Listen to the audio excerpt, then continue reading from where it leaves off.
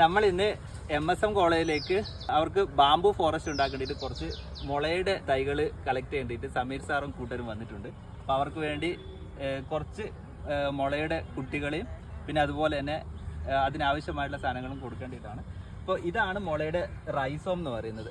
ഇത് കണ്ടോ, ഏറ്റവും പെട്ടെന്ന് വളരുന്ന പുല്ല് വർഗ്ഗത്തിൽപ്പെട്ട ചെടിയാണ്. സാധാരണ ഇതിൻ്റെ ഗ്രോത്ത് ആക്ച്വലി ഭയങ്കര വെർട്ടിക്കലായിട്ടാണ്. ഫോട്ടോസിന്തസിസ് ഏറ്റവും എഫക്റ്റീവായി നടക്കുന്ന പ്ലാന്റ് എന്ന നിലയിൽ ഇതിൻ്റെ ഗ്രോത്ത് വെർട്ടിക്കലും കൂടായതുകൊണ്ട് ഏറ്റവും പെട്ടെന്നാണ് ഇത് വളരുന്നത്. പിന്നെ അതിൻ്റെ റൂട്ട് അത്രയും തിക്കായിട്ടാണ് മണ്ണിനെ പിടിച്ചെടുത്തുന്നത്, വെള്ളത്തെ പിടിച്ചെടുത്തുന്നത്. നമുക്ക് നമ്മുടെ ഭൂമിയിൽ വെള്ളം മണ്ണൊക്കെ പിടിച്ചു നിർത്താൻ ഏറ്റവും നല്ലൊരു ക്രോപ്പാണ് മുള. ഞങ്ങൾ കായംകുളം MSM കോളേജിലെ നേച്ചർ ക്ലബിൻ്റെ മെമ്പേഴ്സാണ്. ഞങ്ങൾ നേച്ചർ ക്ലബിൻ്റെ ആഭിമുഖ്യത്തിൽ MSM കോളേജിൻ്റെ ഒരു ബാംബു ഫോറസ്റ്റും അതുപോലെ തന്നെ ഒരു മിയാവാക്കി ഫോറസ്റ്റും ചെയ്യുന്നുണ്ട്. അപ്പം വീത്തിൻ്റെ ഇന്ന് ഈ ബാമ്പുവിൻ്റെ എല്ലാം തൈകൾ കളക്ട് ചെയ്യാൻ വേണ്ടിയിട്ട് ഞങ്ങൾ വന്നു. അപ്പോൾ അതിൻ്റെ കളക്ട് ചെയ്തുകൊണ്ടിരിക്കുകയാണ് ഇപ്പോഴും.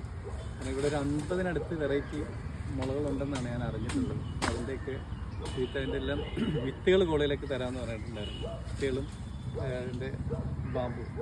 അപ്പോൾ അത് കളക്ട് ചെയ്യാൻ വേണ്ടിയിട്ട് വന്നിരിക്കുകയാണ്.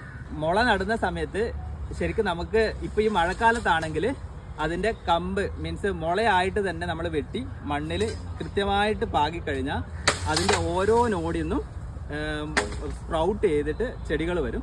അപ്പോൾ അത് നമുക്ക് ഈസി ആയിട്ട് മുളയുടെ തൈ ഉൽപ്പാദിപ്പിക്കാൻ ഭയങ്കര നല്ലതാണ്. ഞാനൊക്കെ ആണെങ്കിൽ കുളത്തിൻ്റെ സൈഡിൽ ജസ്റ്റ് മുള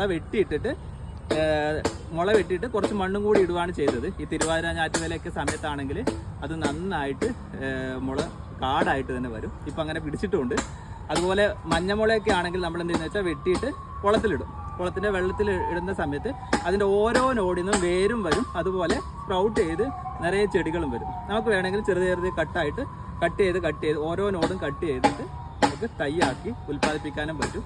അത് നല്ല കരുത്തുള്ള തൈകളായിട്ട് വരികയും ചെയ്യും. അപ്പോൾ ആ ബാംബു ബെൽറ്റ് അല്ലെ ബാംബു ഫോറസ്റ്റ് ഒക്കെ ഉണ്ടാക്കുന്ന MSM കോളേജിലെ എല്ലാവർക്കും നമ്മുടെ ഹരിത അഭിവാദ്യങ്ങൾ കൂടി അറിയിക്കുന്നു.